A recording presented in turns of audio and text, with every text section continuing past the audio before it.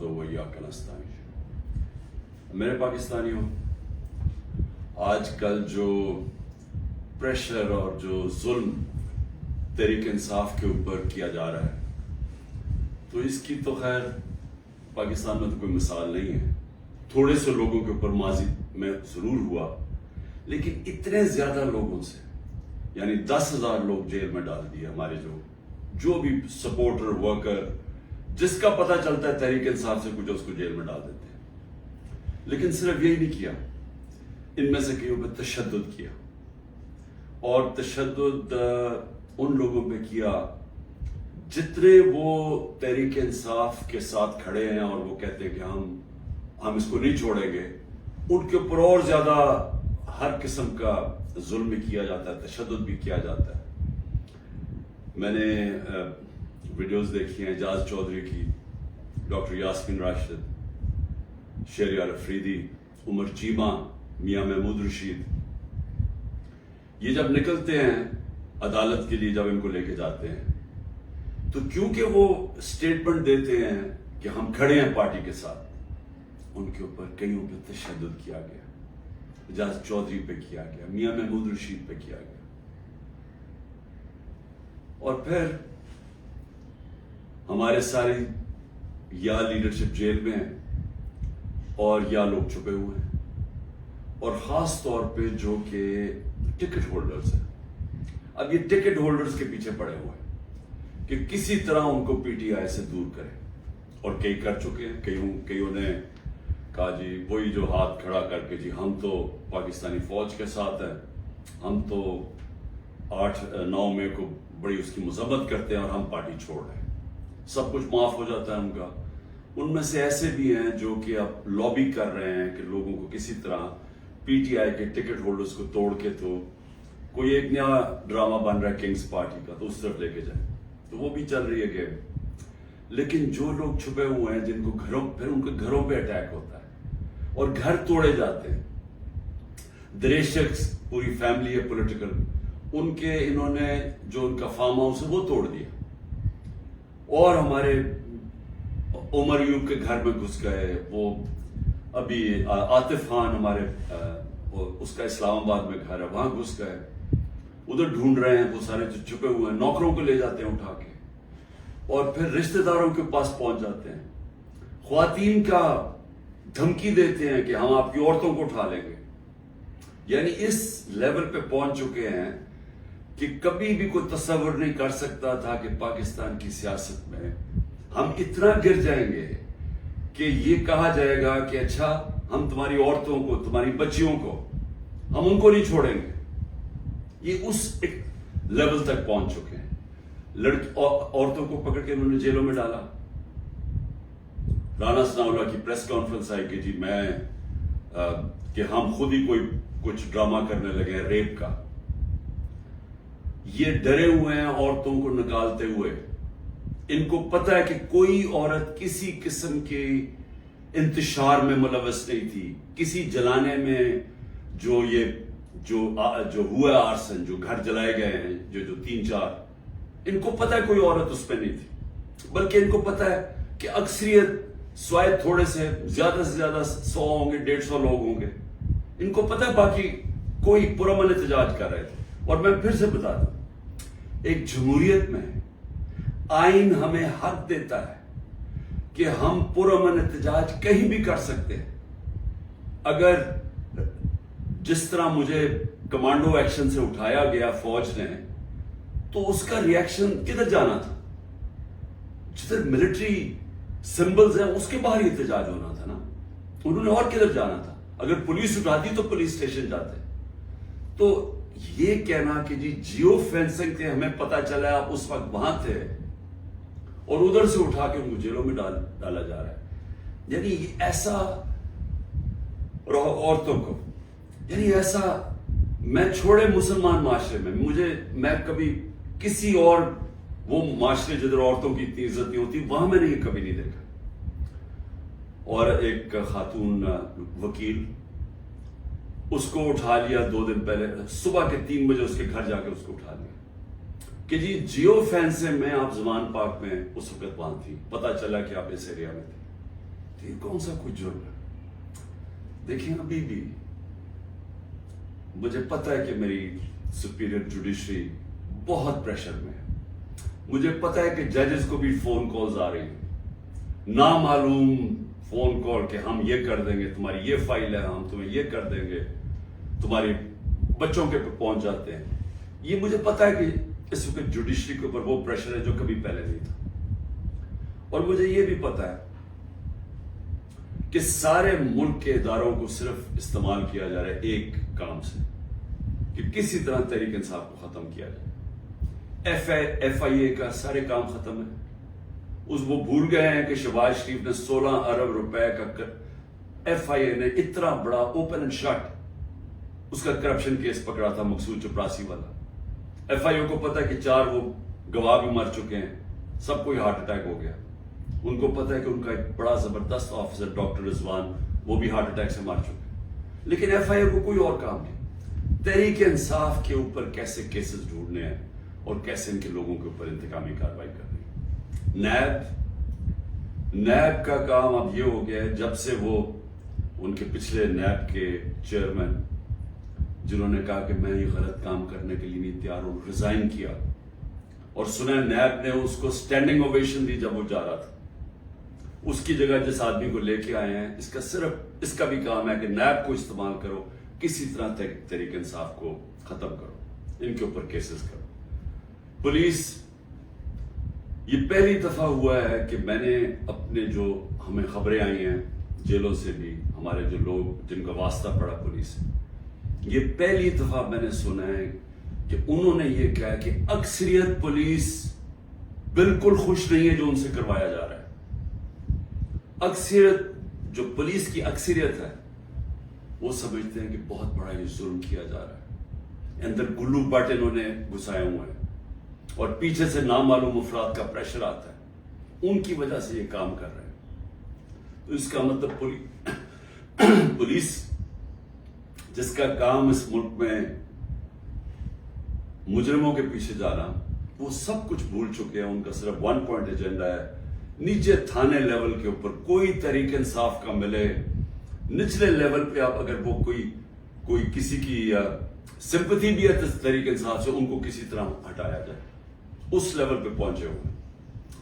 اور جو کرتے ہیں, جب ایک ہی خبر آتی ہے کہ گھر توڑ دیتے ہیں, چیزیں توڑ دیتے ہیں, دھمکیاں دیتے ہیں, بزنسز بند کر دیتے ہیں, بزنسز کے اوپر پہنچ جاتے ہیں, روزگار بند کر دیتے ہیں. تو میرا سوال ایک ہے کہ اتنی زیادہ, اتنے پریشر کے باوجود کیا وجہ ہے کہ چند لوگ چھوڑ کے گئے ہیں؟ ہمارے ٹکٹ ہولڈرز پنجاب میں دیکھ لیں, کتنے لوگ چھوڑ کے گئے. یعنی اس طرح کا ظلم جو کبھی ہوا نہیں ہے, کیوں نہیں چھوڑ کے جا رہے لوگ؟ اس کی 2 وجوہات. ایک, اس باری ٹکٹس میں نے خود دیے ہیں, زیادہ تر انٹرویو کیے ہیں. میں نے اپنی پوری کوشش کی ہے کہ نظریاتی لوگوں کو ٹکٹس دیے جائیں, اور اس باری زیادہ تر جو لوگ ہیں جن کو ٹکٹس ملے ہیں, پنجاب کی میں بات کر رہا ہوں, وہ نظریے پہ کھڑے ہیں. لیکن دوسرا ایک اور بھی فیکٹر ہے. میں نے ایک کا مجھے میسج آئی کہ میرے اوپر بہت پریشر ہے, انہوں نے میری بزنس بند کر دی ہیں, انہوں نے اب فیملی کے اوپر آ گئے ہیں, پتہ ہے جی آپ کی بیٹی کی یہ ادھر شادی ہوئی ہے, اس کے اوپر اس کو بھی تنگ کرنے پہ آ گئے. تو جی میرے پہ بہت پریشر ہے. تو میں نے کہا پھر چھوڑ دو. میں نے کہا یعنی تمہاری اگر برداشت سے باہر ہے تو چھوڑ دو. وہ کہتا ہے جی اگر میں نے چھوڑا, مجھے سارا جو میرا علاقہ ہے, انہوں نے کہا اگر تم نے پی ٹی آئی کو چھوڑا تو میں ووٹ ہی نہیں دیں گے. سو یہ ذرا سمجھنے والی بات ہے کہ لوگوں کو یہ احساس ہو گیا ہے کہ اس وقت جس نے چھوڑا اس کی پالیٹکس ختم, اور جو چھوڑ کے گئے ہیں ان میں سے کئی لوگوں کو تو ہم نے ٹکٹ سے نہیں دیے تھے, تو ان کو تو ویسے ہی یعنی چھوڑنا ہو تو ڈرامے کیے ہیں, اور کئی جو چھوڑے ہیں ان کو ہم نے ٹکٹ سے نہیں دینے تھے. لیکن جو اس کو ٹکٹس مل چکے ہیں, سوال یہ ہے کہ یہ کیوں نہیں چھوڑ رہا ہے. میں آپ کو یقین دلاتا ہوں کہ کبھی, پھر سے میں ریپیٹ کرتا ہوں, اس ملک کی تاریخ کا کبھی ایسا پریشر نہیں پڑا. ہو کیا رہا ہے؟ تحریک انصاف کو توڑنے کے لیے پاکستان کے ادارے ختم, ہمارے سارے اداروں کو سسٹمیٹکلی تباہ کیا جا رہا ہے. ہماری جوڈیشری کے اوپر اتنا پریشر ڈال دیا ہے, اور یہ سارا دھمکیاں دے کے, ڈرا کے, دھمکا کے, جب ہمارے پاس فائلیں آپ کی, ان کو ڈرا دیا ہے. ادارے جس کا میں نے کہا پولیس, وہ ویسے اس کا ون پوائنٹ ایجنڈا پکڑ کے تحریک انصاف کے لوگوں کو جو بھی ہو جدھر بھی ملے پکڑ کے اندر ڈال دو. اور اس کے علاوہ جو جن اداروں نے اس ملک میں کرائم روکنی ہے ان کا کام لگا دیا, جس طرح ایف آئی اے, نیب ہے, ان کا کام لگا دیا کہ صرف پارٹی کو ختم کرو. تو میں اب سمجھنا چاہتا ہوں کہ جا کدھر رہے ہیں آپ. یعنی چلیں, میں نے جس طرح کہا کہ میں بات چیت کرنے کے لیے تیار ہوں, مجھے سمجھائیں تو صحیح کہ آپ کہہ رہے ہیں کہ عمران خان کو ہم نے کاٹا ڈال دیا ہے, تو اس کے بعد جانا کدھر ہے ہم نے. یعنی کوئی روڈ میپ تو ہوگا نا. تو میں روڈ میپ ابھی تک جو سمجھ رہا ہوں وہ یہ ہے کہ ایک کنگز پارٹی تیار کر رہے ہیں کہ یہ جو تحریک انصاف کے جو بھی لوگ نکلیں گے ان کو اس پارٹی میں ڈال دیں گے, اور پھر یہ سیٹیں بڑھ جائیں گی نون لیگ, پیپلز پارٹی, کیونکہ نون لیگ کا تو ان کو پتا کہ گھوڑا بیٹھنے والا ہے, وہ جلسے کرتے ہیں, وہ لوگ ہی نہیں آتے. پبلک کی ان کو سمجھ آ گئی ہے کہ پبلک نون لیگ, کیونکہ نون لیگ جڑی ہوئی ہے یہ سارے ظلم کے ساتھ, وہ ان کو نقصان, ایک تو اس کا نقصان ہو رہا ہے, دوسرا معاشی طور پہ بیٹھ کے ملک جو روپیہ ہے, جو جس طرح ہر روز روپیہ گر رہا ہے, تو ملک تباہی کی طرف جا رہا ہے. جو مہنگائی بڑھتی جا رہی ہے, تو مہنگائی تو ہر اب انسان کو گھر میں افیکٹ کر رہی ہے, مڈل کلاس کو, ہر تنخواہ دار کو افیکٹ کر رہی ہے مہنگائی. تو ان کو تو پتہ ہے کہ انہوں نے نہ نون لیگ نے کوئی سارے ملک میں گورنمنٹ بنانی ہے, تو نہ بنانی ہے پیپلز پارٹی نے, چھوٹی پارٹیز رہ گئی. تو انہوں نے ایک کنگز پارٹی کا مل ملا کے کوئی ایک یہ لوگوں کا اکٹھا کر کے کولیشن سی بنانی ہے. میرا سوال یہ ہے کہ کیا اس طرح کی کولیشن پاکستان کو اس مشکل وقت سے نکال سکتی ہے؟ میں جب سے گورنمنٹ سے نکلا ہوں, میں ایک بات کہہ رہا ہوں کہ جب تک ہمارے ملک میں ایک مضبوط گورنمنٹ, اور مضبوط گورنمنٹ کیا ہوتی ہے, یہ نہیں کہ اسٹیبلشمنٹ اس کے پیچھے کھڑی ہے, یہ مضبوط گورنمنٹ نہیں ہوتی. مضبوط گورنمنٹ وہ ہوتی ہے جس کے پیچھے عوام کھڑی ہوتی ہے, جو عوام جس کے اوپر اعتماد کرتی ہے. یہ لوگوں کو اکٹھا کر کے اور اسٹیبلشمنٹ پیچھے کھڑی ہو جائے, اور کسی کا خیال ہے کہ جو آج پاکستان کو مسئلے مسائل آ گئے ہم اس میں سے نکل جائیں گے, کوئی اس خوش فہمی میں نہ رہے. کیونکہ یہ صرف ایک پبلک مینڈیٹ سے جو گورنمنٹ آئے گی وہ بڑے فیصلے کرے گی, وہ اس ملک میں اصلاحات کرے گی, وہ اس ملک میں قانون کی حکمرانی قائم کرے گی. اس کے بغیر پاکستان سروائیو ہی نہیں کرتا. یہ میرے سے سن لیں, یہ ملک بچے گا ہی نہیں اگر ہم نے اس ملک میں رول آف لا, قانون کی حکمرانی نہ قائم کی. یہ جو جنگل کا قانون ہے یہ ملک کو تباہ کر رہا ہے. کوئی اس وقت لوگوں کی امید ختم ہو گئی ہے پاکستان سے, لوگ چھوڑ کے جا رہے ہیں. جو پروفیشنلز ہیں, جو سب سے بڑا اثاثہ ہے ملک کا, جو آپ کے پڑھے لکھے لوگ ہیں, جو کہ اسپیشلسٹ ہیں, جس طرح میں نے آپ کو کہا 10% شوکت خانم کے کنسلٹنٹ چھوڑ کے جا رہے ہیں. 10% مشکل سے ملتا ہے کینسر کے اسپیشلسٹ. ان کو پتا وہ دنیا میں کہیں بھی چلے جائیں ان کے 2 یا 3 گنا زیادہ سیلری مل جائے گی ان کو باہر, کیونکہ ڈیمانڈ ہے دنیا میں. تو اس طرح ہر پروفیشنل جس کی دنیا میں ڈیمانڈ ہے وہ سوچ رہا ہے چھوڑ کے جانے کا, کیونکہ اس کو امید ہی نہیں نظر آ رہی. لوگ مشکل وقت برداشت کر لیتے ہیں اگر آگے ان کو امید ہو. لوگ مشکل وقت برداشت کر رہے تھے, کرونا کے بعد ایک مشکل وقت آیا ہوا تھا, لیکن لوگوں کو نظر آ رہا تھا کہ ٹھیک ہے حالات بہتر ہو رہے ہیں, معیشت اوپر جا رہی ہے, ادارے فنکشن کرنے شروع کر دیے ہیں, کوئی انٹرفیئرنس نہیں ہے. عمران خان نے کبھی کسی جوڈیشری کے اندر انٹرفیئر نہیں کیا, نیب کو اس نے نہیں کہا کہ فلانے آدمی کے اوپر کاروائی کرو, کسی ایف آئی اے کو. میرا جو میں نے ثناء اللہ ہے وہ آئی جی, میرے خیال میں ابھی پتہ نہیں کدھر پوسٹڈ ہیں, آئی جی تھے. ایک دفعہ کہو کہ میں نے کبھی کسی کے خلاف انتقامی کاروائی کا کہا ہے. ہمارے سارے 95% کیسز پرانے تھے. یہ بولتے ہیں نون لیگ والے کہ جی ہم نے بھی بڑا سفر کیا, اب آپ کریں. آپ کے 95% آپ کے اپنے دور میں بنائے گئے تھے کیسز. اسحاق ڈار آپ کے دور میں بھاگا تھا, نواز شریف کے بیٹے آپ کے دور میں بھاگے تھے. نواز شریف کی کنوکشن پیناما میں آپ کے دور میں ہوئی تھی, مریم کی اور نواز شریف کی. تو یہ ہمیں نہ کہیں, یہ سارے کیسز پرانے آ رہے تھے. آپ میرے سے NRO مانگ رہے تھے, آپ میرے سے یہ کہہ رہے تھے کہ ہم نے چوری کیا, ہم کوئی خاص مخلوق ہے الگ, ہمیں معاف کر دیں.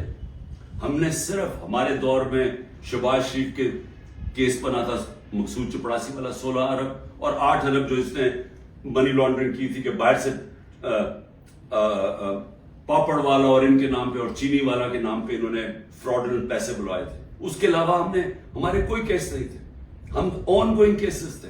اور ہم نے کبھی کسی سے ظلم نہیں کیا, ہم نے کبھی عورتوں کو نہیں اٹھایا, ہم نے کبھی گھروں کے اندر نہیں گھس کے دروازے توڑ کے اور ساری گھر تباہ کیا. ہم نے کبھی لوگوں کو, کارکنوں کو اس طرح کے جیلوں میں نہیں ڈالا, کسی پر تشدد نہیں کیا. پوچھیں کسی سے, ایک آدمی بتایا کہ ہم نے تشدد کیا. مریم نے جا کے اٹیک کر دیا نیب آفس کو, پتھر مارے انہوں نے. بتائیں کتنے لوگوں کو اپنے اینٹی ٹیررزم کورٹ پہ پکڑا. یہ کیا مریم کے اوپر کوئی کیس ہوئے؟ تو یہ ہمیں نہ کہو کہ جناب آپ کے اوپر یہ گزری. یہ کبھی کسی پارٹی کی تاریخ میں پاکستان میں نہیں گزری. یہ پارٹی کو کبھی ختم کرنے کی کوشش ہے, جو پوری طرح سارے اسٹیٹ کے ادارے لگے ہوئے ہیں اس پارٹی کو ختم کرنے کے لیے. لیکن پارٹی ایسے ختم نہیں ہوتی, کیونکہ پارٹی لوگوں کے دلوں میں چلی جاتی ہے, اس کا آپ کچھ کر ہی نہیں سکتے. جو مرضی آپ کریں گے, لوگوں کے جب فیصلہ کر لیتی ہے عوام, تو یہ جو ٹکٹ ہولڈرز ہیں ہمارے سارے, ان سے پوچھیں, جب ان سے انٹرویو کریں, جب آپ ان کو تنگ کر رہے ہیں تو پوچھیں تو صحیح کہ اتنا آپ کے اوپر پریشر ہے, کیوں نہیں چھوڑ رہے. ان میں سے کہیں گے کہ ہم نظریاتی طور پہ اس کے ساتھ ہیں, ہم کسی اور پارٹی پہ نہیں جائیں گے. ساتھ یہ بھی آپ کو کہیں گے کہ ہمیں کوئی ہمارے حلقے میں ووٹ نہیں ڈالے گا, ہماری سیاست ختم ہو جائے گی. ابھی جو پہلے ہوا تھا 16 جولائی کو جو بائی الیکشنز ہوئے تھے, وہ لوٹے سب اڑ گئے تھے, لوگوں نے ان کے خلاف ووٹ دی تھی. اور اب اس سے بھی زیادہ برے حالات ہیں, کیونکہ لوگوں کو غصہ ہے جو ہو رہا ہے. اس وقت عوام غصے میں ہے, لیکن گھبرائی ہوئی ہے, کیونکہ کبھی اس طرح کا کریک ڈاؤن دیکھا ہی نہیں ہے. تو میرا آخر میں اپنی عوام کو پیغام ہے, کیونکہ مجھے پتا ہے بڑا مشکل ہے, اور آپ گھبرائے ہوئے ہیں, آپ میں خوف پیدا کیا گیا. یہ جو باہر نکل کے کوئی تحریک انصاف کا نام سنتا اس کو جیل میں ڈال دیتے. لیکن بھئی آپ اپنی قوم سے یہ کہتے, دیکھیں میں آپ کے سامنے بیٹھا ہوں, اگر کسی کو سب سے زیادہ خطرہ ہے وہ مجھے خطرہ ہے, جان کو تو میری خطرہ ہے. انہوں نے یہ کیا, دو میرے اوپر اٹیک, قتل کرنے کے واردات ہو چکی ہیں. مجھے پوری طرح پتا ہے کہ ایک دفعہ یہ اور کریں گے, کیونکہ ان کو ڈر یہ ہے کہ جیل میں بھی عمران خان بڑا مشکل رہے گا ان کے لیے. تو ایک اور حملہ ہوگا, میں تیار ہوں. انہوں نے میری جو کرنل عاصم میری سیکیورٹی کے ہیڈ تھے اس کو اغوا کر لیا, وہ غائب ہو گیا. جس نے میری سیکیورٹی کا دھیان رکھ رہے تھے وہ 3-4 دن سے وہ غائب ہے, اس کو بھی اٹھا لیا. جو گاڑیاں تھی میری سیکیورٹی کی, وہ گاڑیوں کو انہوں نے اندر امپاؤنڈ کر دیا, اور ان سے پوچھے عدالت تو کہتی جو ہمیں پتہ ہی نہیں کدھر گئی. تو سب سے زیادہ تو خطرہ مجھے ہے. کیا آپ کو لگ رہا ہے کہ میں پیچھے ہٹوں گا؟ میں کیوں نہیں پیچھے ہٹوں گا؟ کیونکہ میرے سامنے 2 راستے ہیں. ایک ہے یہ خوف کی فضا بنا کے ہمیں غلام بنا رہے ہیں, صرف مقصد یہ ہے کہ ہم بھیڑ بکریوں کی طرح یہ طاقت کی حکمرانی مان لیں. یہ سب نے کیا ہے, یہ فرعون یہ کرتا تھا, خوف اتنا پھیلا کے لوگوں کو غلام بنایا ہوا تھا.